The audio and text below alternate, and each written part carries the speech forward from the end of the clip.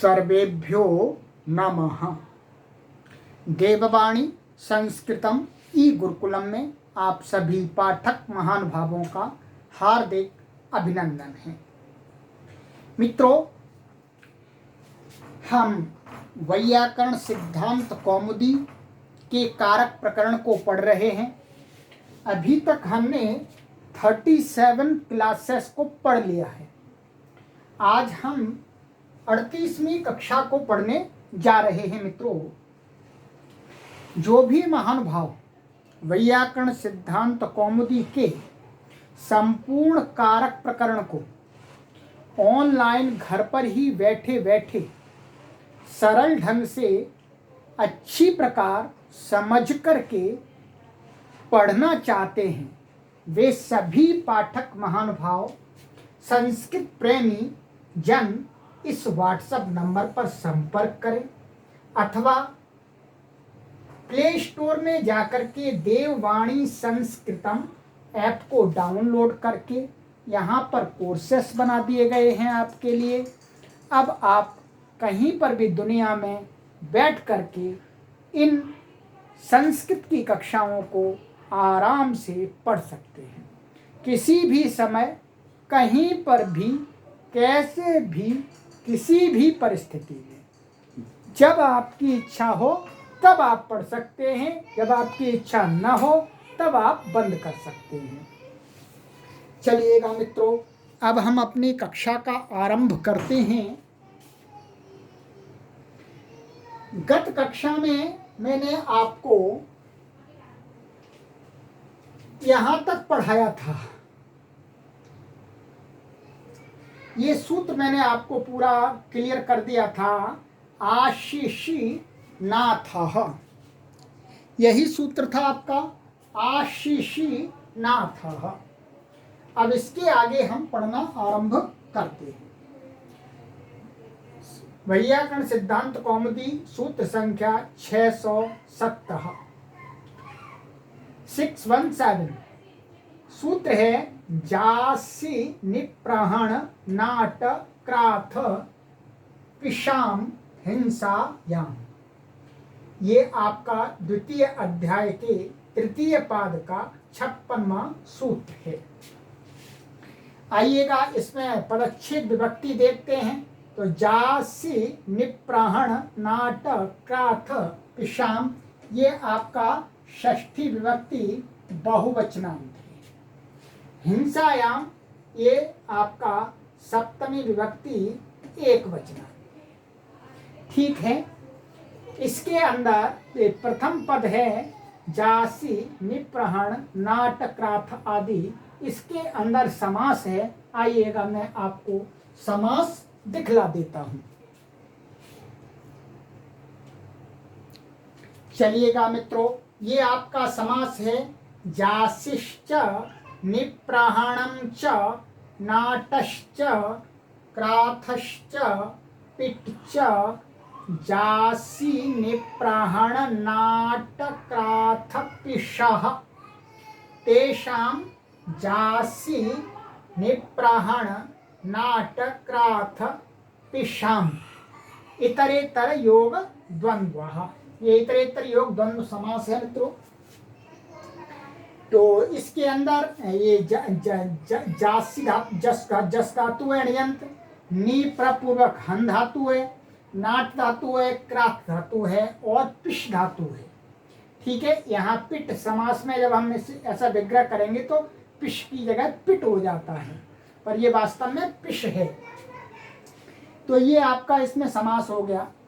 अब चलते हैं, अब देखते हैं, इसका अर्थ देखते हैं। इस सूत्र में ऊपर से कर्मणि की अनुवृत्ति आ रही है और शेषे की अनुवृत्ति आ रही है और षष्ठी की अनुवृत्ति आ रही है। ठीक है, अब इसका अर्थ देखेंगे। क्या करते हैं भट्टोजी दीक्षित महाराज जी, कहते हैं हिंसार्थानाम एषाम शेषे कर्माणि षष्ठी स्यात्। सरल अर्थ है, कहा कि जो हिंसा अर्थ में वर्तमान ये सभी धातुएं, ठीक है, हिंसा अर्थ होना चाहिए और तब शेष की विवक्षा माने कर्मणि, कर्म में शेष की विवक्षा करने पर षष्ठी विभक्ति हो जाएगी। अर्थात कर्म में कर्म की विवक्षा करेंगे तो द्वितीया होगी, पर कर्म में शेष की विवक्षा करनी है तो क्या विभक्ति होगी? षष्ठी। उदाहरण देखिएगा आप, चौरस्योज्जासनम, ये पहला उदाहरण है। फिर आपको आगे भी और बता रहा हूं मैं कि आगे के उदाहरण इसके क्या है। तो चौरस्य उज्जासनम माने चोर का मारना, माने चोर को मारना, ये अर्थ है। माने चोर को मारना, पीटाड़ना, उसको घायल करना और उसको मृत्यु के गाल में पहुंचा देना।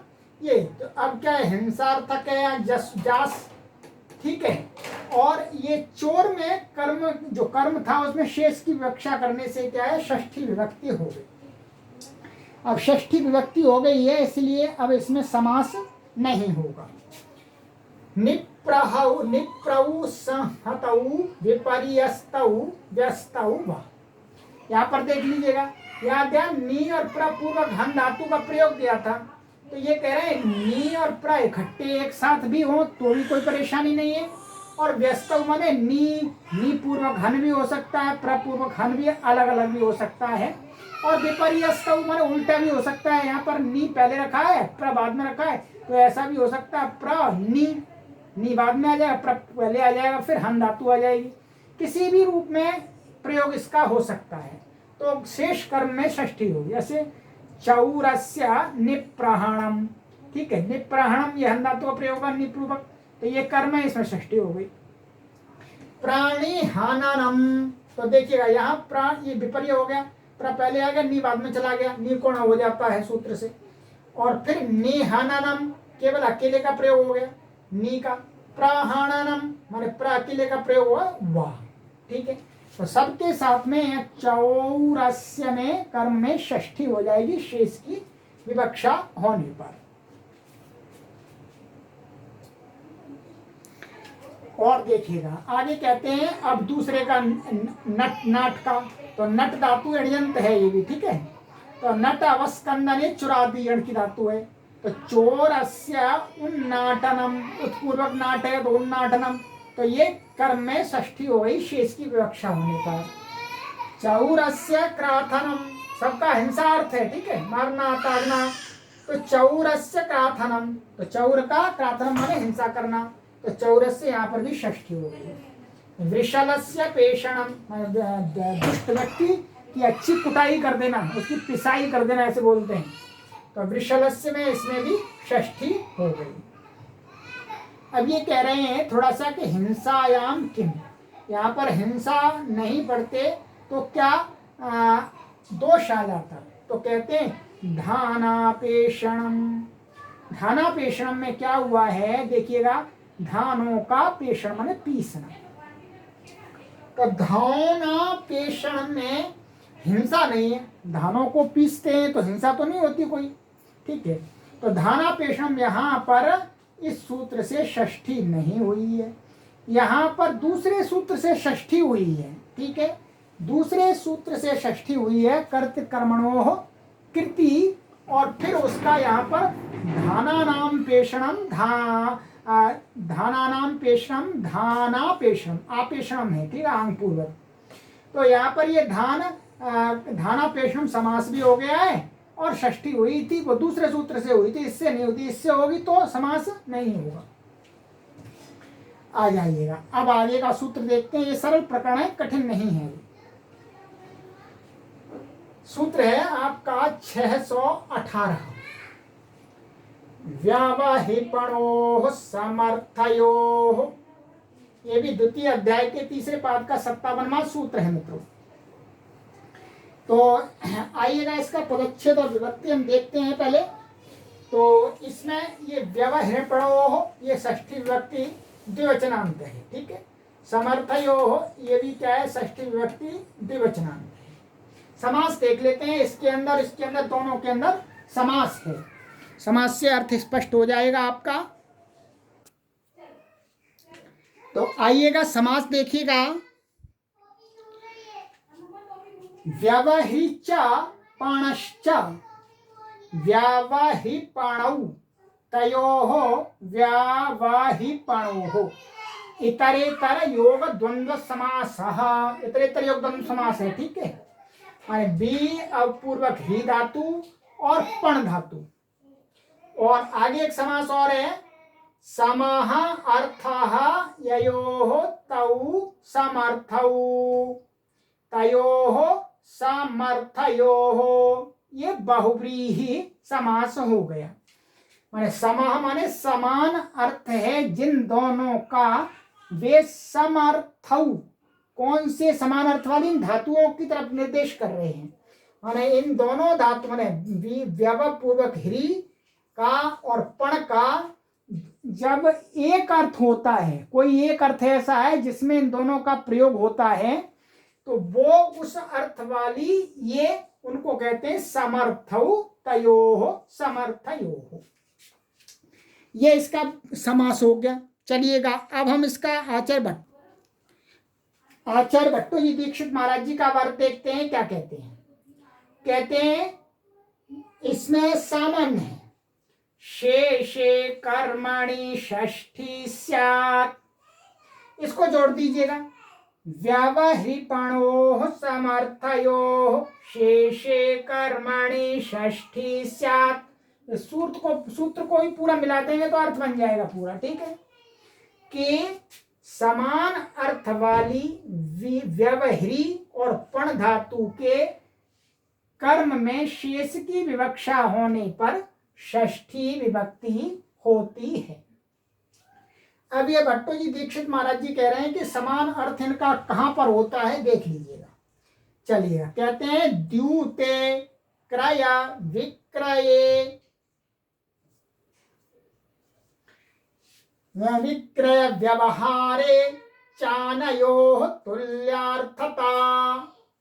ये कह रहे हैं कि जो इन दोनों धातुओं का व्यवहारी और पण धातु, ये क्या है, द्यूत माने जुआ खेलने के अर्थ में अथवा क्रय विक्रय के अर्थ में समान होती हैं। अर्थात इनका ये धातु व्यवहारी जुआ खेलने अर्थ में भी प्रयोग होती है और क्रय विक्रय में भी होती है, और पण धातु भी जुआ खेलने अर्थ में और क्रय विक्रय के अर्थ में होती है। तो ये इनका समान अर्थ हो गया।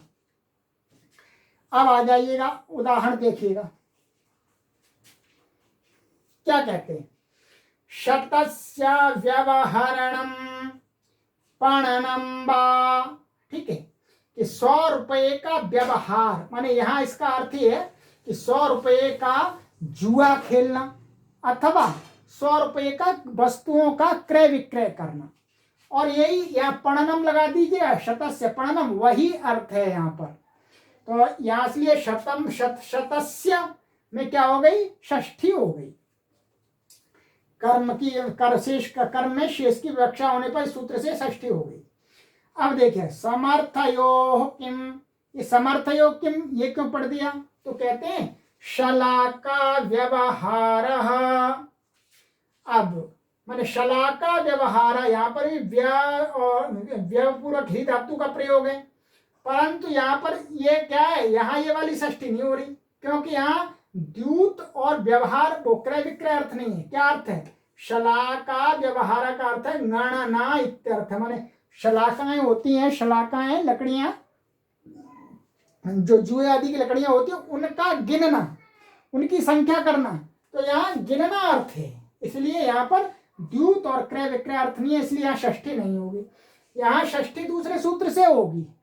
क्या दूसरे सूत्र से होगी, तो फिर उसका षष्ठी शेषे से वो षष्ठी से समास हो जाएगा।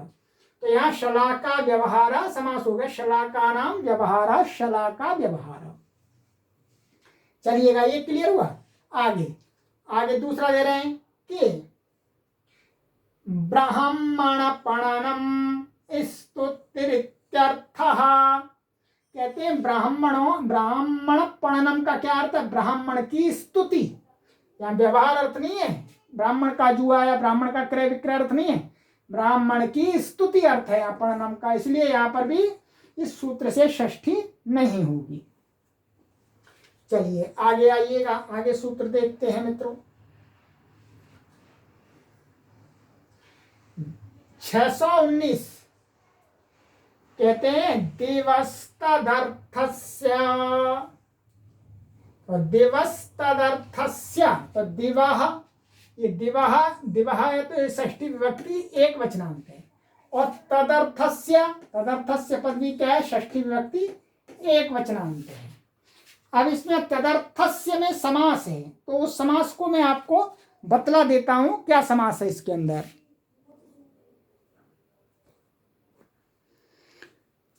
तो इसमें ये समास है मित्रों, समास है आपका साहा, साहा माने व्यवहारः अर्थः यस्य स तदर्थः तस्य तदर्थस्य, माने या तद शब्द है इसमें, तद का तद किसको सूचित कर रहा है, ऊपर, इसके ऊपर जो अभी सूत्र पढ़ा था हमने व्यवहार, ठीक है। तो व्यवहार अर्थ, तो व्यवहार अर्थ है जिसका, तो यहाँ इस सूत्र में दिवह पड़ा हुआ है, तो ये दिव माने साहम व्यवहारः अर्थः यस्य दिवः धातोः सः दिव धातुः तदर्थः तस्य तदर्थस्य बहुव्रीहि समासः, ठीक है। चलिएगा अब इसका अर्थ देख लेते हैं एक बार। कहते हैं कि द्यूतार्थस्य व्यवहार, द्यूतार्थस्य क्रय विक्रय रूप व्यवहारार्थस्य च दिवः कर्मणि षष्ठी स्यात्, माने द्यूत अर्थ वाली, माने जुआ अर्थ वाली अथवा क्रय विक्रय रूप व्यवहार वाली जो दिव धातु है उसके कर्म में शेष की विवक्षा होने पर क्या हो जाती है, षष्ठी विभक्ति स्यात्, षष्ठी विभक्ति हो जाती है। अच्छा, इसमें शेष की अनुवृत्ति नहीं है, शेष नहीं है इसमें, सामान्य माने दिव, इसका कर्म में षष्ठी होती है, शेष की अनुवृत्ति ने शेष की विवक्षा नहीं करनी है, इसके तो कर्म में ही षष्ठी होती है, अर्थात ये कर्मणि द्वितीया का अपवाद है। अब यहाँ पर कर्मणि द्वितीया से द्वितीया नहीं होगी, ठीक है, ध्यान रखेंगे। अब उदाहरण देखिएगा, शतस्य दीव्यति, माने 100 रुपए का जुआ खेलता है अथवा 100 रुपए का विक्रय विक्रय करता है 100 रुपए को, तो ये कर्म है, तो कर्म में द्वितीया होनी चाहिए, तो इस सूत्र से षष्ठी हो गई। आइएगा, तदर्थस्य किम, क्या तदर्थस्य किम, तदर्थस्य इसमें क्यों पढ़ा, नहीं पढ़ते तो क्या परेशानी, कह रहे हैं ब्राह्मणम दीव्यति, यदि तदर्थ से नहीं पढ़ते, तदर्थ से माने व्यवहारार्थ अर्थ नहीं पढ़ते वाली नहीं पढ़ते, तो यहाँ पर भी षष्ठी हो जाती कर्म में, क्योंकि यहाँ पर दिव्य का अर्थ है स्तौति,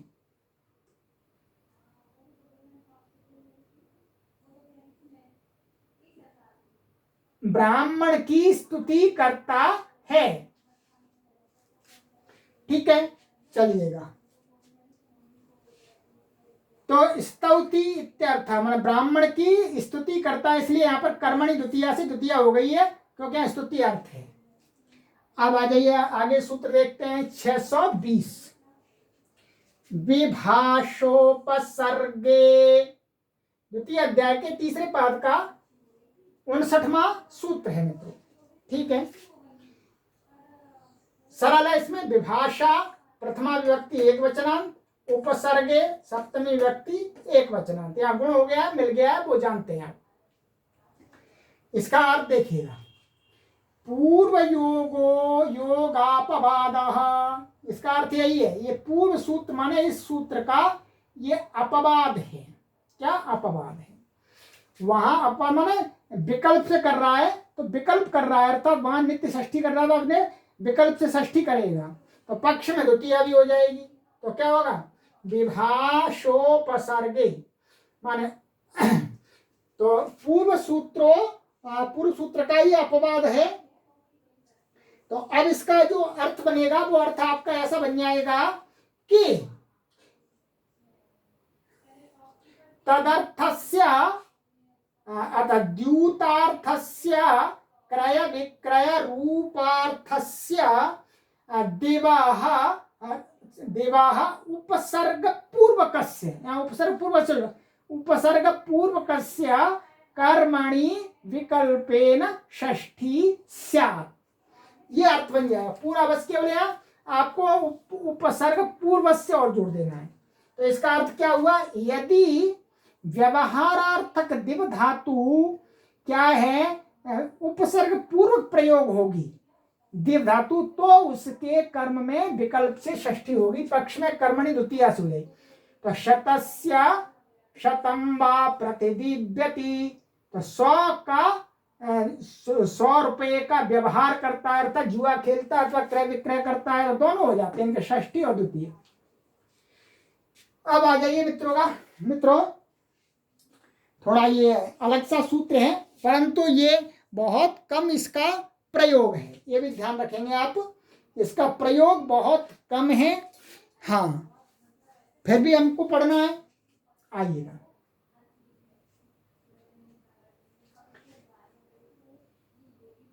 $621 प्रेष्य ब्रुवोर हविषो देवता संप्रदाने, क्या ये आपके द्वितीय अध्याय के 3रे पाद का 61वां सूत्र है। ठीक है, आइएगा इसका पदच्छेद देख लेते हैं यहीं पर।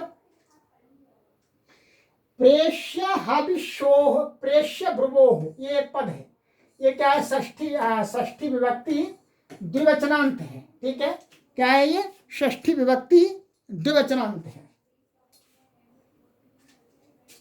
ये वाला ये पद है आपका, ये प्रेष्य ब्रुवोह। हविषाह ये षष्ठी विभक्ति आपका एक वचनांत है। देवता संप्रदान ये सप्तमी विभक्ति एक वचनांत है। ठीक है जी, सरल है, कोई परेशानी नहीं है। आइएगा, इसमें समास है, एक इसमें समास है, एक इसमें समास है। समास को देख लेते हैं, फिर आधा अर्थ तो क्लियर हो ही जाता है समास से।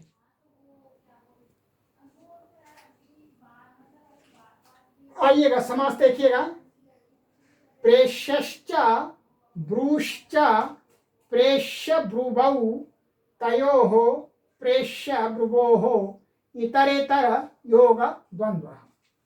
ठीक है, प्रेष्य प्रपूर्वक इष्ट धातु है, उसका बताया गया प्रयोग, और ब्रूई व्यक्तायाम वाची का, इन दोनों धातुओं को यहां पर कहा जा रहा है।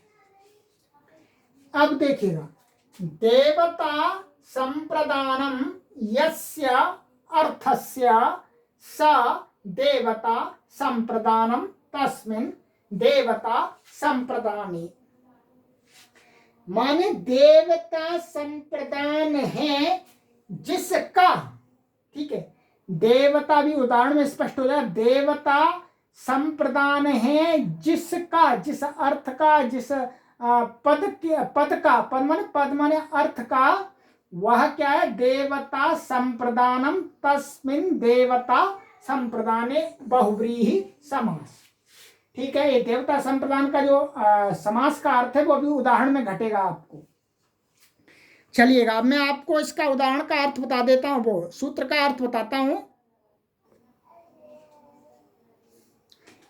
कहते हैं, देवता संप्रदाने अर्थे वर्तमानयोः प्रेष्य ब्रुवोः कर्मणो हविषो वाचकात शब्दात षष्ठी स्यात्।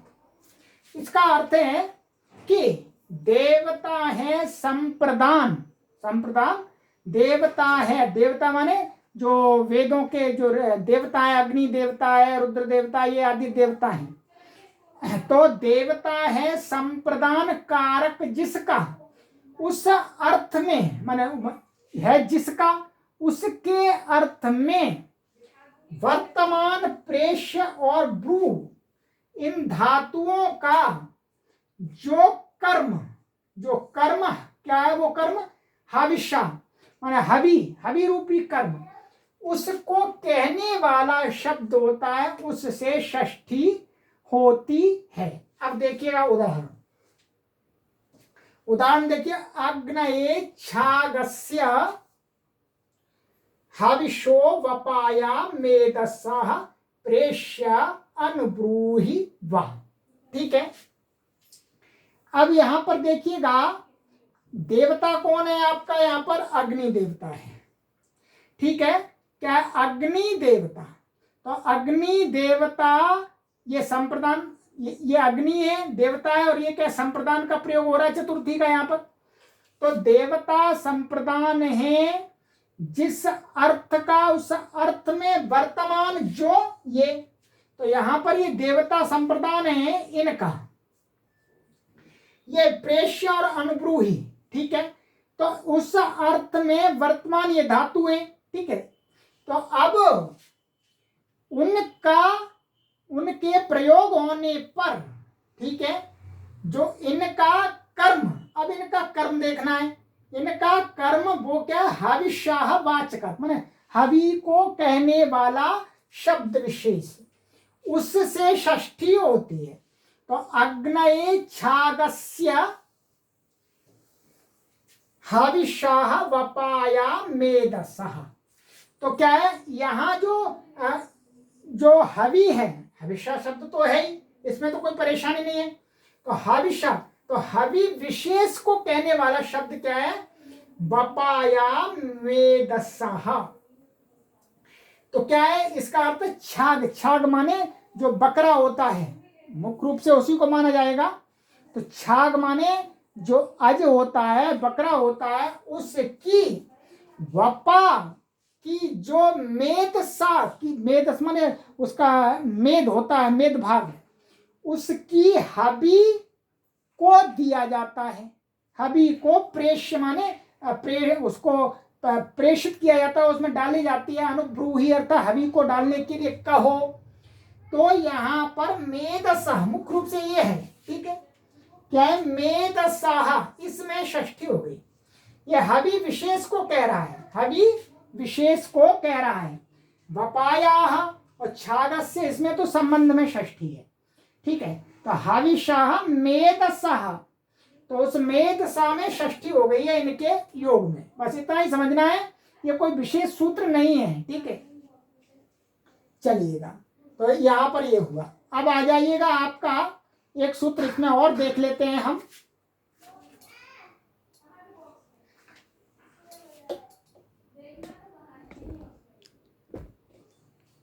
जिसका बहुत प्रयोग होता है, आइएगा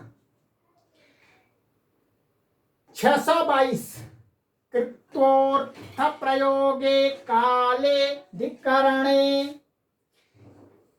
कृत्वोर्थ प्रयोगे काले धिकरणे, ये द्वितीय अध्याय के तीसरे पाद का 64वां सूत्र है।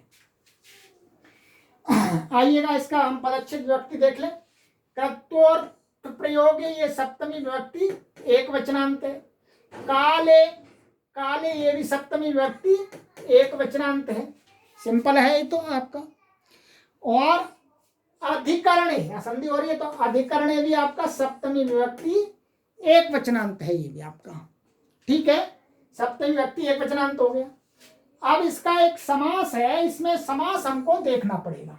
समास आपके अर्थ को क्लियर करेगा। चलिएगा समास देखते हैं।